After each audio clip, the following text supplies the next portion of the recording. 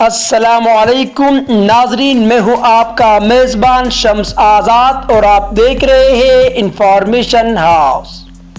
ناظرین، پختونوں کی تاریخ میں ایک ملالہ گزری ہے جو قندھار کے علاقے میوند کی رہنے والی تھی۔ 1861 میں پیدا ہوئی، ایک غریب چرواہے کی بیٹی تھی۔ ایک مقامی لڑکے کے ساتھ اس کی منگنی بھی ہوئی تھی۔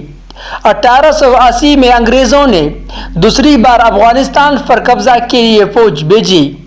اس وقت امیر افغانستان شیر علی خان کا بہادر بیٹا ایوب خان افغانی فوج کا کمانڈر تھا۔ افغانی فوج شکست کے قریب تھے۔ ملالہ بھی دوسرے افغان خواتین کی طرح اپنی فوج کی زخمیوں کی مرہم پٹی اور مدد میں مصروف تھی۔ یہ دن ملالہ کی شادی کا دن بھی تھا۔ 27 جولائی 1880 کی افغانی فوج شکست سے دوچار ہو رہی تھی کہ اتنے میں ملالہ نے اپنے دوپٹے سے جھنڈا بنایا اور میدان میں آئی اور افغان فوج کے سامنے پشتو زبان میں چند جنگی اشعار یا ٹپے گائے۔ ملالہ کی خون گرما دینے والے اشعار سن کر افغان فوج از سر نو سے منظم ہوئی اور نئے جذبے سے حملہ آور ہوئی۔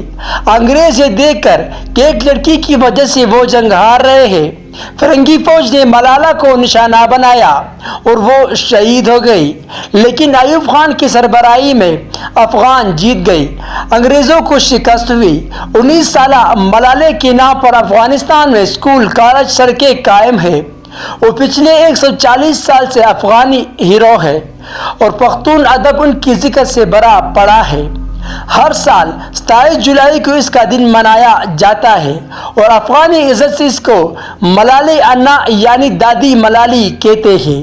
ناظرین، اگر آپ لوگوں کو میرا یہ معلوماتی ویڈیو پسند آئی ہوئی ہو تو برائے مہربانی اس چینل کو سبسکرائب کریں۔